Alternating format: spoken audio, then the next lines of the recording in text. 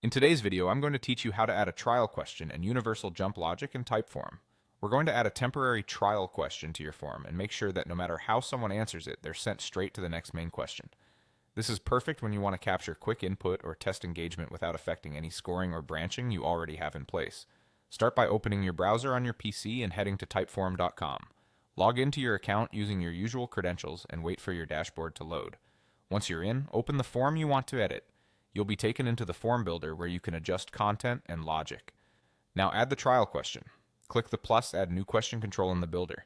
You can place this question exactly where you want it in the sequence. Choose the type that suits your goal. Short text if you want a brief written answer, multiple choice if you prefer predefined options, or another format that fits your test. Type your prompt clearly and keep it concise so respondents can answer quickly. Since this is just a trial, you don't need to attach scoring or complex settings to it. With the question added, it's time to control where people go next. Click Workflow. This is the area where you'll manage jumps and high-level logic. In the Workflow view, select the trial question you just created so it's the active item. Now set a jump that always routes respondents forward, regardless of their answer. In practice, you're telling Typeform, if the answer is anything, go to the next main question. For example, you might point it to question 3 if that's where your core content continues. This setup ensures the trial question behaves like a brief checkpoint and doesn't interfere with scoring or conditional branches elsewhere in your form. Once you've added that universal jump, click Save.